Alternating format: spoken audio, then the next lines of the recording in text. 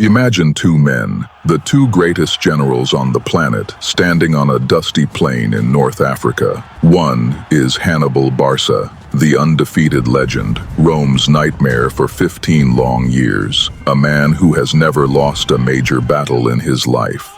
The other is Scipio, the young Roman prodigy, the student who has spent his entire career studying the master, the man who has now brought the war to Hannibal's home. 80,000 men hold their breath. Two of the greatest military minds in history are about to play the final bloody hand in a war that has consumed a generation. This is not just a battle. This is the end of the game. This is the story of Zama, the final epic showdown between Scipio and Hannibal. For over 15 years, Hannibal Barca had been the terror of Italy. He had crossed the Alps in a feat of military genius, and at battles like the Trebia, Lake Trasimene, and especially the legendary massacre at Cannae, he had annihilated every Roman army sent against him. He was an unstoppable force, a specter of defeat that haunted the Roman psyche. But Rome, in its darkest hour, had refused to break. While Hannibal rampaged through their country, a new Roman hero was forged in the fires of another front, the young Publius Cornelius Scipio.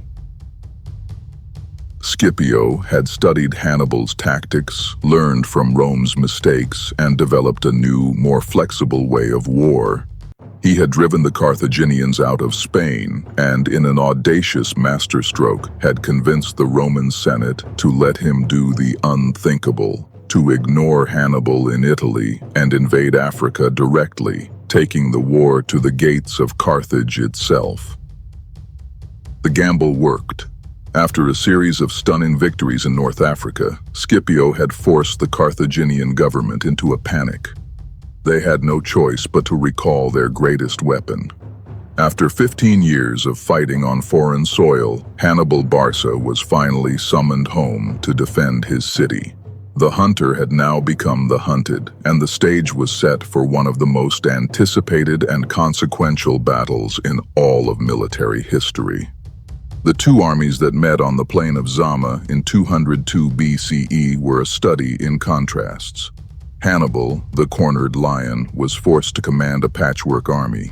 At its heart was his greatest asset, the third line, composed of his beloved veterans of the Italian campaign, 15,000 men who had followed him for a decade and a half and had never known defeat. But his first two lines were of far poorer quality, a mix of Gallic mercenaries, Ligurian allies, and raw Carthaginian citizens who had been hastily levied for the city's defense.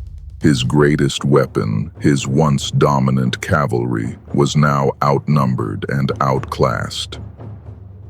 Facing him was Scipio's confident and disciplined Roman force. They were not the arrogant legions that had been devoured at Cannae. This was a professional army, battle-hardened from their long and victorious campaign in Spain. Scipio had personally trained them, drilling them in a new, more flexible system. He had broken the rigid Roman maniple into smaller, more independent cohorts, allowing his army to change its formation on the fly, a tactic inspired by the very flexibility he admired in Hannibal. His army was a perfectly honed instrument of war, loyal, disciplined, and thirsty for the final victory. Scipio also held the trump card, cavalry superiority. He had forged a powerful alliance with the recently crowned Numidian king, Massinissa, a brilliant horseman who had once fought for Carthage but had switched sides. The combination of Massinissa's superb Numidian light cavalry and his own disciplined Roman heavy cavalry gave Scipio a decisive advantage on the wings, an advantage that Hannibal himself had used to crush the Romans so many times before. In a moment unprecedented in ancient warfare, the day before the battle, the two legendary commanders met face to face between their armies for a parley.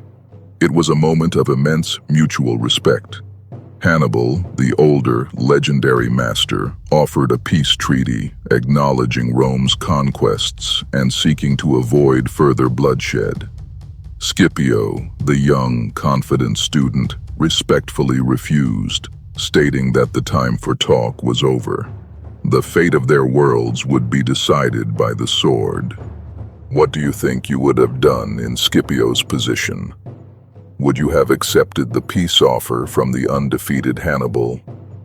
Let us know your thoughts in the comments. Hannibal, his peace offer rejected, prepared his army for battle, his plan a complex masterpiece designed to overcome the weaknesses of his own forces. In his front line, as a terrifying shock weapon, he placed his 80 war elephants, the largest contingent he had ever commanded. His hope was that these beasts would crash into the Roman legions, creating terror and disorder and disrupting their tight formations. Behind the elephants, he deployed his infantry in 3 distinct lines. The first was his weakest, 12,000 mercenaries, a disposable force meant to absorb the initial Roman charge and blunt their momentum. Behind them stood his second line, the raw Carthaginian and Libyan levies, another 12,000 strong. Their job was to continue the grinding fight and further exhaust the Romans. And then, held back some 200 yards behind the second line, was his real army, his trump card, the 15,000 veterans of Italy. They were fresh, disciplined, and undefeated. Hannibal's plan was to use the elephants and the first 2 lines as a giant anvil to absorb the Roman attack and wear them down. Then, when the Romans were tired and disorganized, he would unleash his fresh veterans as the final, decisive hammer blow to shatter them. Scipio, however, had anticipated the elephant charge. He devised a brilliant and revolutionary counter-tactic. Instead of arranging his infantry maniples in their usual checkerboard pattern, he arranged them in straight columns, one behind the other. This created a series of long, open lanes that ran straight through his entire army, from front to back. These lanes were hidden from view, lightly covered by skirmishers at the front. His plan was to absorb the elephant charge, not with a solid wall, but with a porous net. When the elephants attacked, his skirmishers would first pepper them with javelins and then retreat into the open lanes. His soldiers, accompanied by buglers, would then blow a deafening blast from their horns, panicking the beasts and hopefully funneling them harmlessly down the prepared corridors and out the back of his army. On his wings, he placed his superior cavalry under Laelius and his crucial ally Massinissa, with orders to attack and destroy their counterparts, and then turn to strike the enemy's rear. The battle began with the terrifying sound of 80 war elephants trumpeting as they charged forward. They were a wave of gray death, designed to inspire primal fear and shatter the Roman line. But Scipio's men were prepared. The Roman skirmishers threw a hail of javelins, wounding several of the beasts and infuriating others. Then the Roman horns blew a single deafening blast.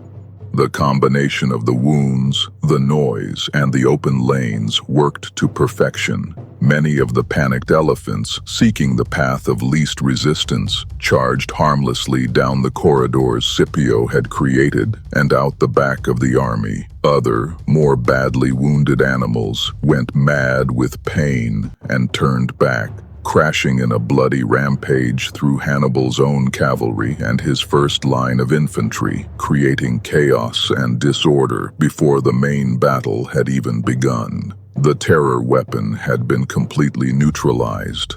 At the same time, the cavalry battle erupted on the wings. As Hannibal had feared, Scipio's superior horsemen, led by Massinissa and Laelius, quickly overwhelmed the weaker Carthaginian cavalry.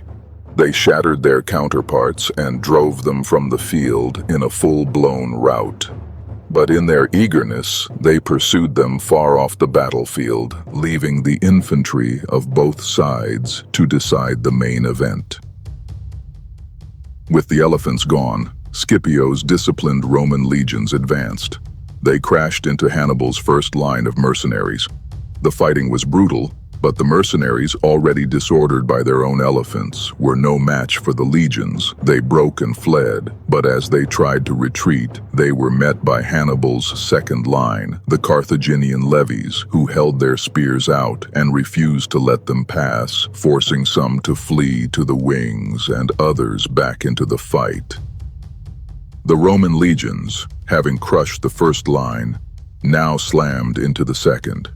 The fighting here was even more desperate, as the Carthaginians were fighting for their homes. The battle devolved into a brutal grinding meat grinder in the center of the field. Scipio's legions, though victorious, were becoming tired, disorganized, and their neat formations were a chaotic mess. And that is when they looked up and saw them. Hannibal's third line, his veterans of Italy, standing fresh, silent, and in perfect order, ready to deliver the killing blow. This was the moment of supreme crisis for Scipio. His army was a disorganized mass of exhausted men, having just fought through 2 enemy lines. They were now facing the most feared infantry in the world, fresh and ready for battle. A lesser general would have charged forward, hoping his momentum would carry the day. But Scipio, in a move of tactical genius that rivaled Hannibal's own, did the unthinkable. He sounded the recall. In the middle of the raging battle, he ordered his front lines to pull back. He then used his centurions to completely reorganize his entire army on the fly. He brought his reserves forward and extended his single line of exhausted men into a long, solid phalanx designed to match the length of Hannibal's fresh line. It was an incredible display of discipline and control, a feat that few armies in history could have accomplished. He had sacrificed his army's depth to prevent Hannibal from enveloping his flanks. The final stage was set. The best of Rome against the best of Carthage, in a single head-on clash. The 2 final lines crashed together, and the battle reached its bloody climax. This was a fight of equals, a brutal, desperate struggle between 2 forces of elite, veteran infantry. For what felt like an eternity, neither side could gain an advantage. The battle hung on a knife's edge. Both armies were fighting to the point of utter exhaustion, and it seemed the fight might be decided by which side's soldiers could stand the longest. I'm curious to know, if you were a soldier in that final line, would you have been more motivated by fighting for a brilliant general like Hannibal, or for your home and republic like the Romans? Share your thoughts below. But Scipio had one last card to play. Just as the battle reached its peak intensity, a cloud of dust was seen on the horizon. The Roman cavalry, under Massinissa and Laelius, had finally returned from their pursuit. In a move that perfectly mirrored Hannibal's own tactic at Cannae, they slammed into the unprotected rear of Hannibal's veteran line. The encirclement was complete. Attacked from the front by Scipio's legions and from the rear by his cavalry, Hannibal's last, magnificent line of veterans was trapped and annihilated. Hannibal himself, seeing that all was lost, managed to escape the slaughter with a handful of horsemen, but his army was gone. His 15-year campaign of defiance was over. He had met a commander who had learned all of his own lessons and had used them against him. On the plain of Zama, the student had finally, decisively surpassed the master. The Battle of Zama was the final bloody chapter of the Second Punic War. It was the only major battle Hannibal ever lost, but it was the one that mattered most. The victory shattered Carthage's power forever and set Rome on the path to becoming the master of the Mediterranean and eventually the world. It stands as a timeless testament to the idea that no one, not even the greatest legend, is invincible. If you were captivated by this epic showdown between two of history's greatest minds, please hit the like button and subscribe for more deep dives into the battles that shaped our world. And for our final question, who do you truly believe was the greater general, Hannibal or Scipio? Let us know your verdict in the comments below. Thanks for watching.